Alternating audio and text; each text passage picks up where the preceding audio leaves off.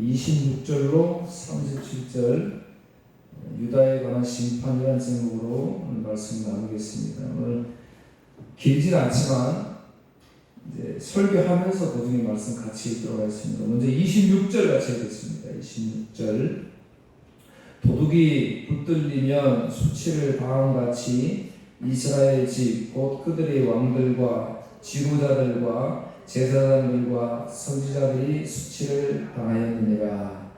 아멘. 하나님의 사람들은 하나님의 뜻대로 살아야 되죠. 하나님의 뜻대로 살아야 되는데 하나님의 뜻대로 살지 않는 것을 하나님은 모두 도둑이다 이렇게 말씀하시는 거예요. 그래서 도둑질하다가 도둑이 경찰한테 잡히면 창피하잖아요. 굉장히 부끄럽고. 그런데 오늘 본문에 보면 백성들만 도둑이 아니고 모든 제사장들도 도둑이었다. 관리들 온 사람이 다 도둑이었다. 그렇게 이야기합니다. 오늘 예레미야의 말씀은 오늘 우리의 모습과도 거의 유사합니다. 다 도둑. 하나님 여기 봐도 도둑, 저기 봐도 도둑, 우리 교회를 봐도 도둑. 그래서 하나님 말씀을 들을 때는 항상 오늘같이 유다에 대한 심판이면 이건 유다에 대한 심판뿐만이 아니고 나를 향하신 심판의 메시지구나. 내가 도둑이었구나. 이렇게 적용을 해야 그래 은혜를 받습니다. 예레미야 5장 31절에 보면 선지자들은 거짓을 예언하며 제사장들은 자기 권력으로 다스리며 내 백성은 그것을 좋게 여기니 마지막에는 너희가 어찌하겠느냐. 아까 제가 도둑이라고 그랬지요. 하나님의 사람들이 하나님의 뜻대로 살지 않는 모든 것은 도둑질하는 거예요. 왜냐하면 물질도 내 마음대로 쓰지요. 생각도 내 마음대로 하지요. 그러니까 도둑인데, 근데 하나님이 우리를 내 백성인데, 하나님 백성인데 그것을 좋게 여겼다 하는 그것을. 도둑질하는 것을 좋게 여겼다 하나님 그렇게 말씀을 하고 있습니다. 예레미야 14장 14절에도 여호와께서 내게 이르시되 선지자들이 내 이름으로 거짓 예언을 하도다.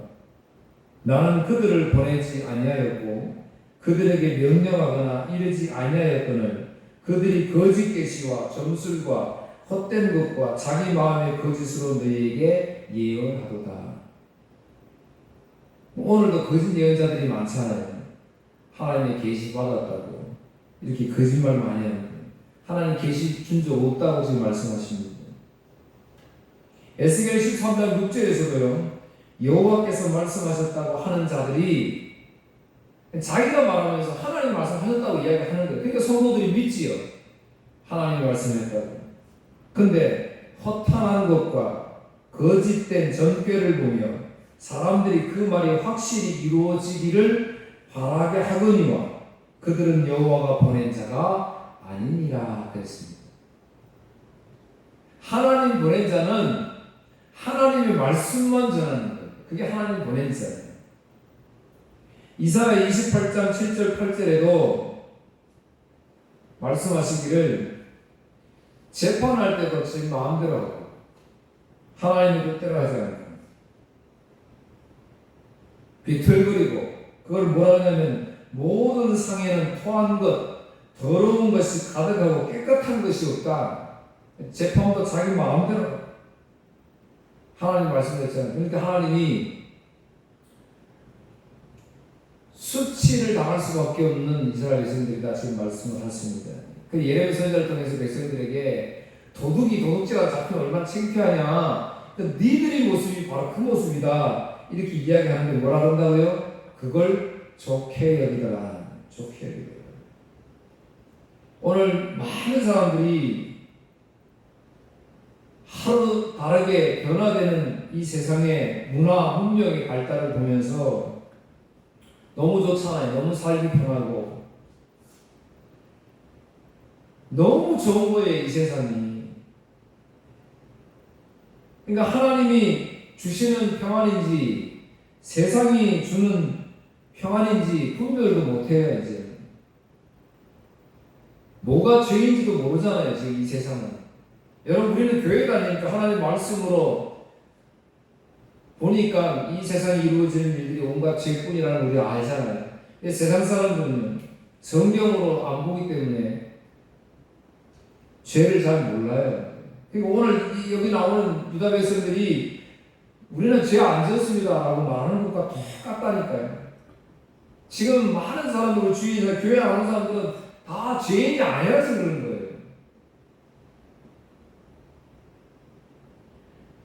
오늘 많은 사람들이 예배하듯이 당시에 남유다 사람들도 하나님의 이름을 높였거든요. 날마다 성전에 모여서 예배했거든요. 정성을 다해서 그렇게 했습니다. 그런데 하나님이 볼 때 지금 너희들이 예배 드리고 있는 그 예배, 너희들이 부르고 있는 그 하나님은 나 여호와 하나님이 아니다라고 하는, 우상의 하나님이다, 그렇게 이야기합니다. 심지어는 제사장들이 가르쳐주는, 선지자들이 가르쳐주는 말씀도 하나님이 없는, 십자가가 없는, 보혈이 없는, 그저 네가 열심히 빌면 복을 받는다, 정성을 다하면 복을 받는다, 하나님 들어주신다, 그렇게 가르치고 있거든요. 그 우상은 똑같잖아요. 돌, 나무, 그래서 하나님 비유해서 말씀하세요. 나무에 비는 거하고 돌한테 비는 거하고 나한테 비는 거하고 똑같다. 그래 너희들은 아무리 정성을 다한다고 하지만 돌이다, 그렇게 이야기하는 거예요. 하나님 그래서 도둑이라고 하시는 거예요. 우리 눈을 뜨면 날마다 이걸 비잖아요. 내 잘되게 해달라고, 오늘도 건강 달라고.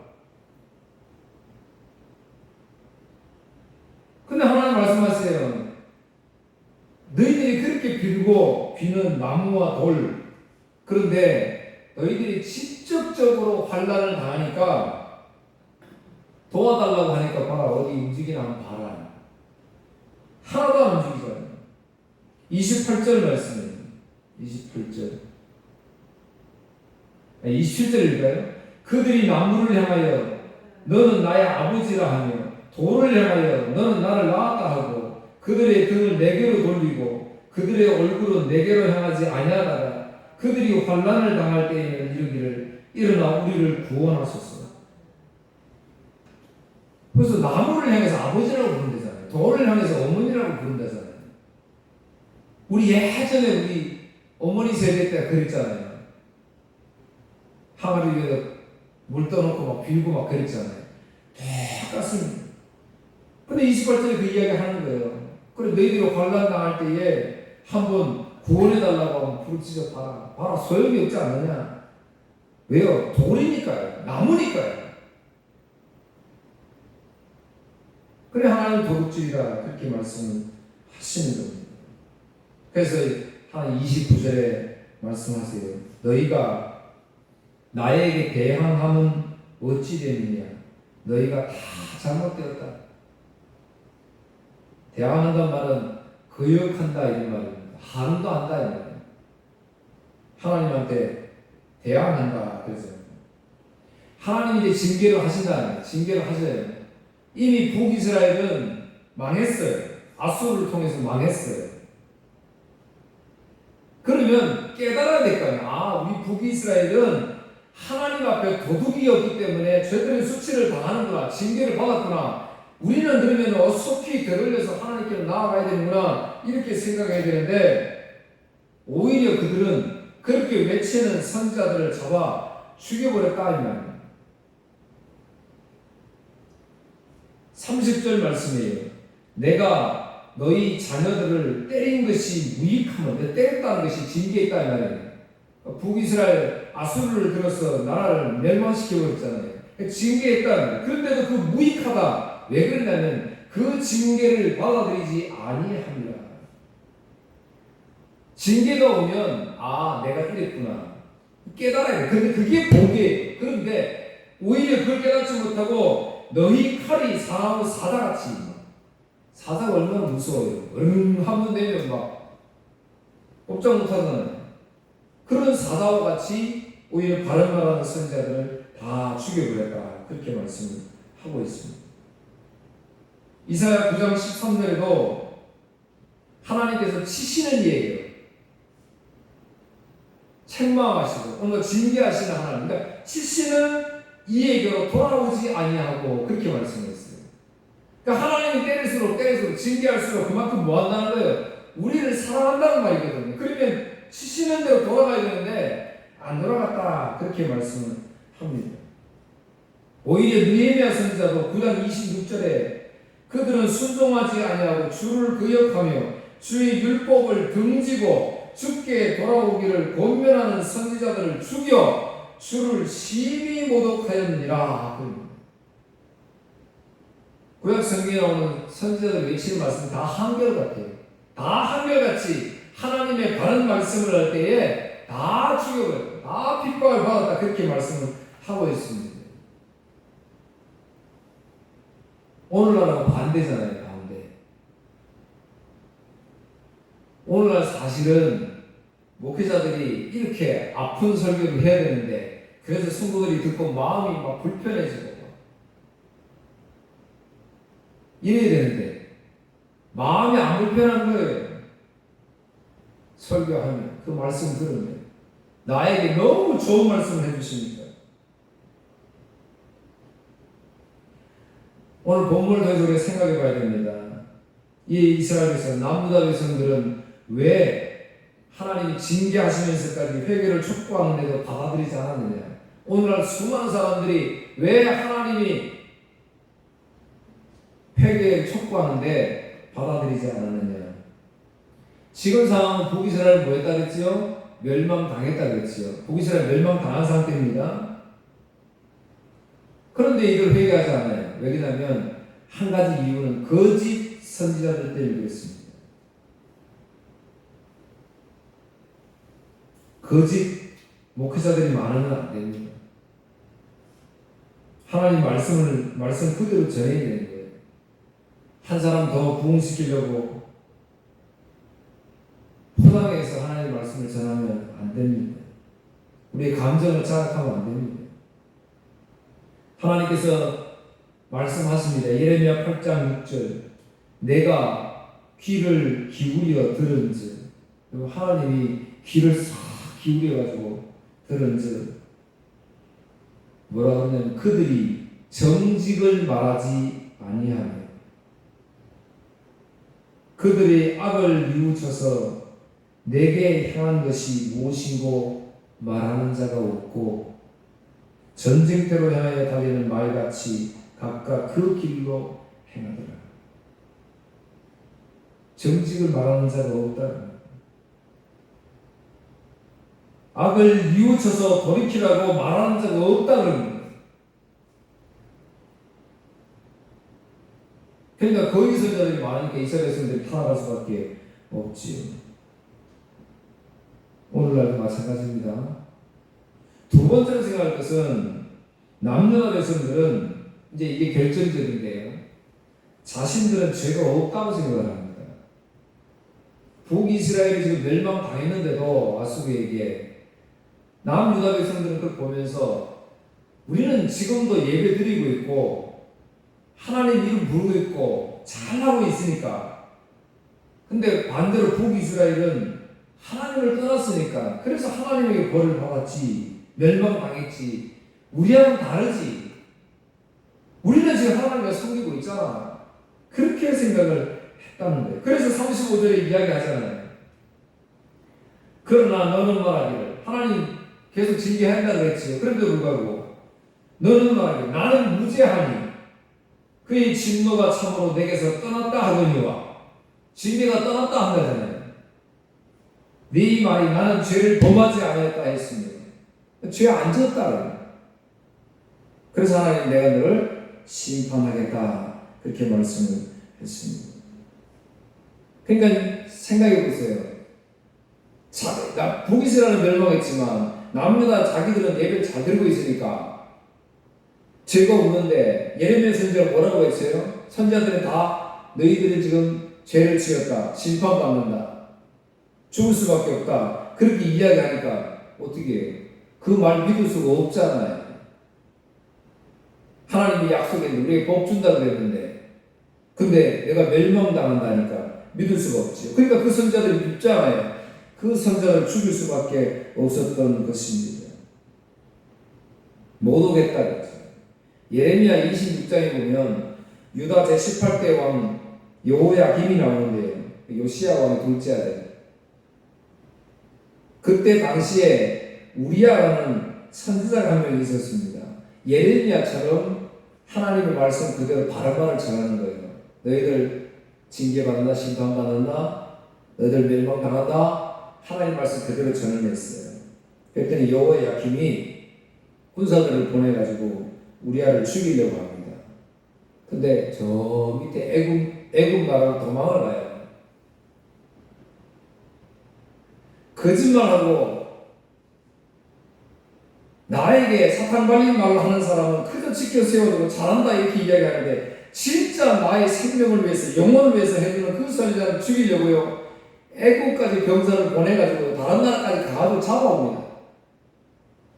그래서 칼로 죽여버려요.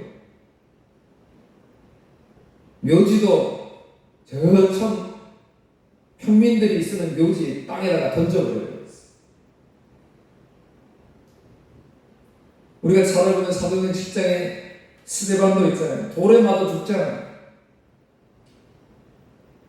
전부 구구절절 예수 그리스도밖에 이야기 안 했어요. 돌에 맞아 죽습니다. 이사야 선지자 죽습니다.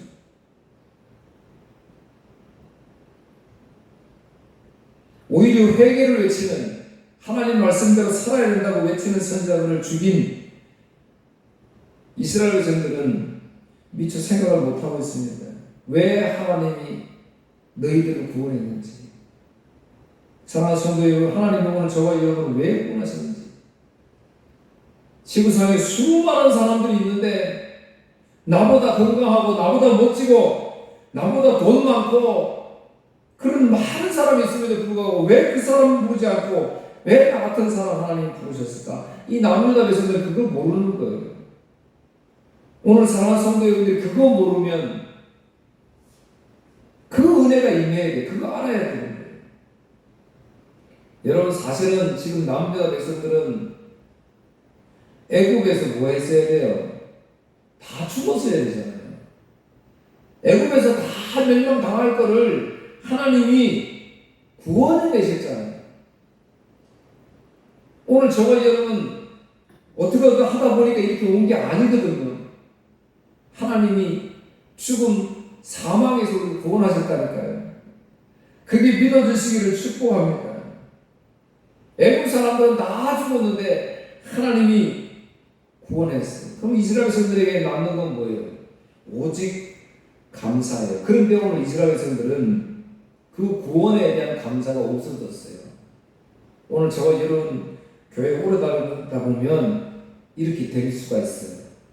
그 구원에 대한 감사를 잊어버리고 날마다 내 현실에 거기에 빠져가지고 내가 지금 남보다 좀 잘 사느냐, 건강하게 사느냐, 복을 받았느냐 그 기준을 그렇게 잡아가지고 살거든요. 이스라엘에서 똑같다니까. 이스라엘들이 광야에 나오면서 하나님이 불기둥 구름기둥 목이 말라고 아우성 치면 돌덩이 반석에서 물을 내가지고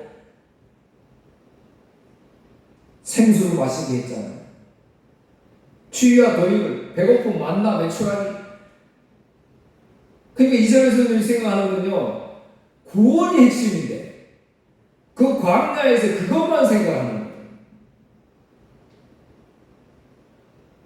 여러분 오늘 우리도 교회 다닌다고 하지만 하나님의 구원에 대한 관심은 없고 나 이미 애국 죽을 때 나 죽었어야 되는데 나를 구원해 주셨구나. 그 하나님 기억하지 않고 오늘도 내가 주의 교회에 나왔으니까 하나님 오늘도 나를 긍휼히 여기셨어. 오늘 나도 물질의 복을 주십시오. 건강의 복을 주십시오. 나쁘다는 게 아니에요. 그래서 기도해야 됩니다. 자녀들 위해 기도해야 되지요. 내 아는 가족들 위해서 축복해야지. 아까 찬송처럼 심판이 임하면 우리 사랑하는 가족들 지옥불에 떨어지면 얼마나 통곡할 거냐. 기도해야 되지. 전도해야 되지. 그런데 거기에 구원에 관심이 없으면 안 되는데, 모든 사람이 하나님 사랑한다, 하나님께 예배한다고 하면서도 사실은 오늘 이 남유다 백성들처럼 뭐 한다는 거예요? 돌에 빌고 나무에 빌다는 거예요. 하나님이 그렇게 말씀하시는 거예요. 너희들 지금 그렇게 하고 있지만 똑같다는 거야. 진짜 여호와 구원의 하나님을 만나서 감격하고 감사로 나온 게 아니고 너희들 또 그렇게 빌려 나왔다. 지금 그렇게 말씀하시잖아요. 그래서 몇 가지 비유를 드세요. 몇 가지 비유를. 신부 이야기를 하세요. 신부 이야기. 36절. 하나님이 네가 어찌하여 내 길을 받고 부지런히 돌아다니냐. 이거는 지난주 말씀과 상관이 있습니다. 그러니까 부지런히 살아야 되죠. 그죠? 왜? 하나님하고 떨어졌으니까 스스로 뭐예요? 자기 웅덩이를 파야 된다 그랬잖아요. 13절의 말씀. 그러니까 부지런히 다닐 수밖에 없는 거예요. 물 얻으러 다녀야 돼요. 물 얻으러 아수르로 애국으로 가야 되잖아요. 나일강으로 가야 되잖아요. 근데 거기 뭐가 있다 그랬어요? 나일강 주인들 있잖아요. 그러니까 뭐 한다고요? 종노릇해요. 물 얻어먹으려고. 여러분 세상에서 잘 살려고 그러면 뭐예요? 세상에 나아가서 얻어먹어야 되니까 이 세상의 종노릇이다 이 말이에요. 하나님 말씀하세요. 32절. 처녀가 어찌 그의 폐물을 입겠느냐. 여러분 결혼하는데 폐물을 받았어요. 예물을 받았어요. 근데 신부가 그걸 어떻게 잊어버릴 수 있느냐. 잊어버릴 수 없지요. 너무 고맙고 감사하잖아요. 나하고 결혼해줘서 고맙고 감사하잖아요. 나 사랑해줘서 고맙잖아요. 그래서 내가 당신을 사랑합니다 해서 주는 예물을 보고 얼마나 좋겠어요. 그런데 그거 잊어버렸다 이거예요. 이스라엘에서는 그거 잊어버렸다 이거잖아요.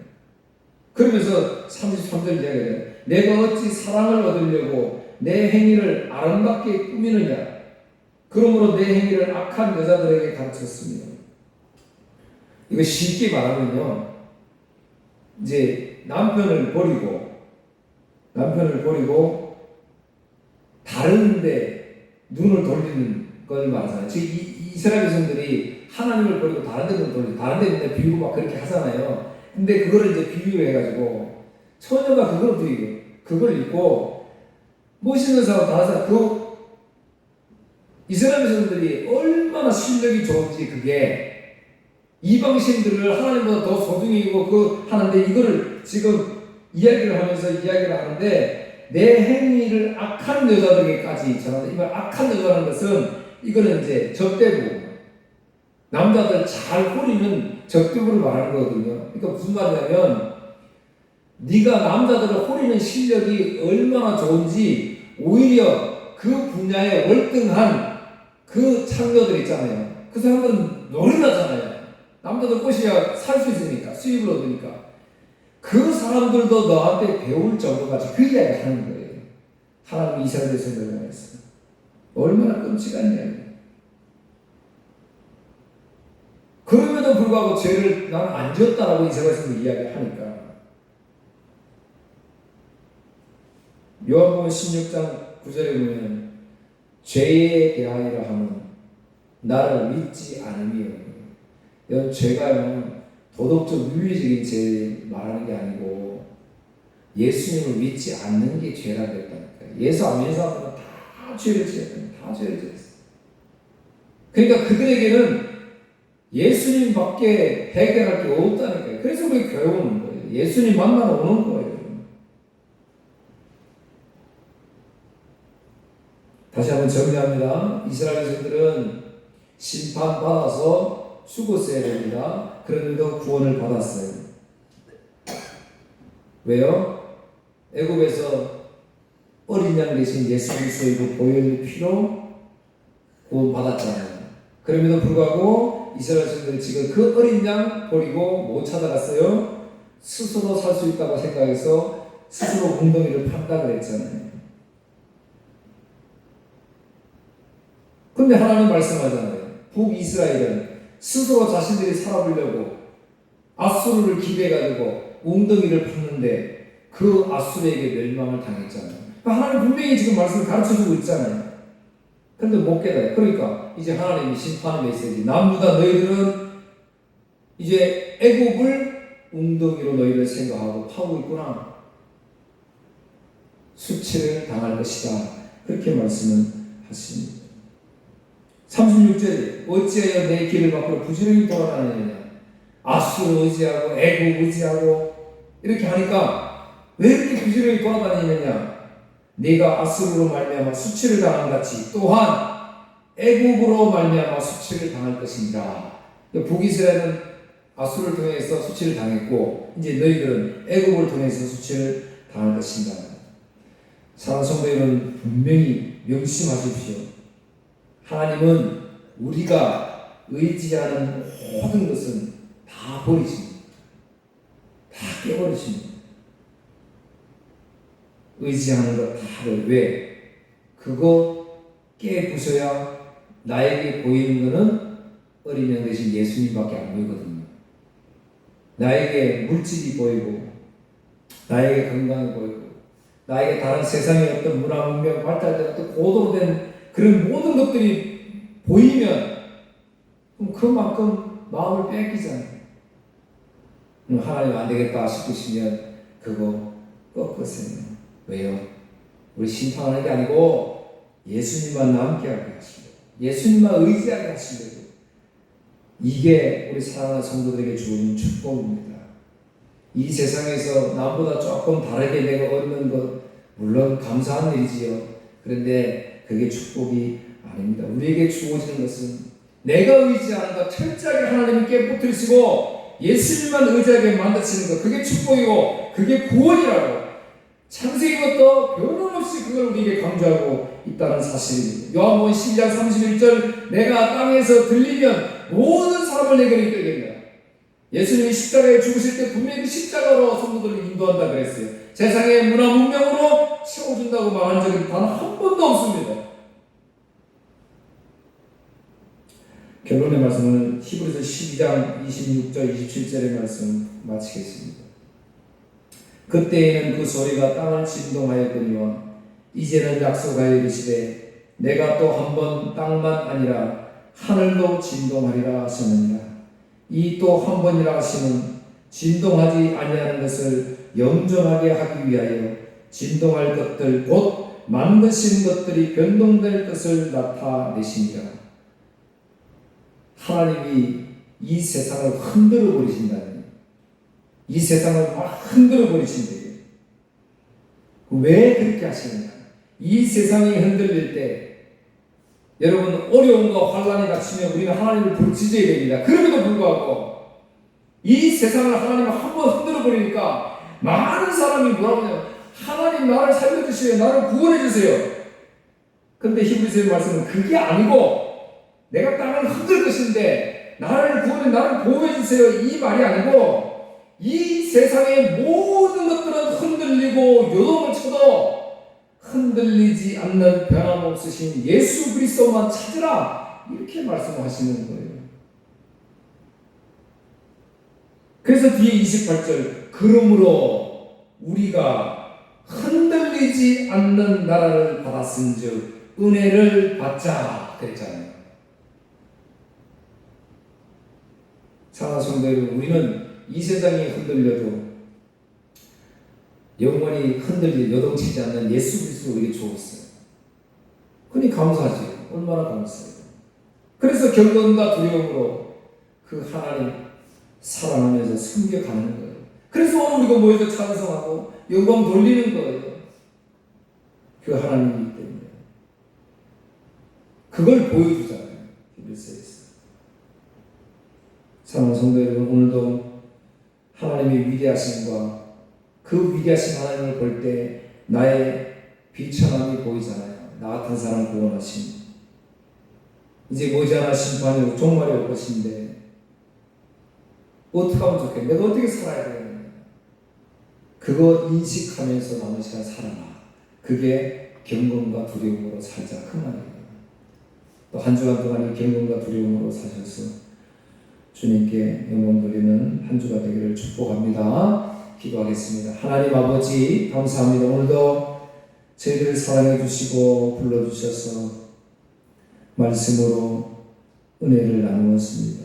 주님 우리에게 주시는 귀한 말씀, 생명의 말씀, 남유다야 처절하게 징계받고 심판받는 그런 모습이 아니라 우리도 똑같이 범죄하고 하나님의 성긴다 하면서도 날마다 나무와 돌에 빌고 비는 우상 숭배하는 하나님을 도덕한 심령들이었음을 고백하게 하시고, 오늘도 이제 세상은 온통 흔들려도 변함이 없으신 그 예수 그리스도 앞에 우리를 불러주셔서 감사하며 한주한 살아가는 저희들 되게 하여 주시옵소서. 심판의 때가 머지 않았음을 기억하게 하시고 경건과 두려움으로 하나님 사랑, 이 복음 전하며 살아가는 복된 성도들 되게 하여 주옵소서. 감사하며 예수님 이름으로 기도하옵나이다. 아멘.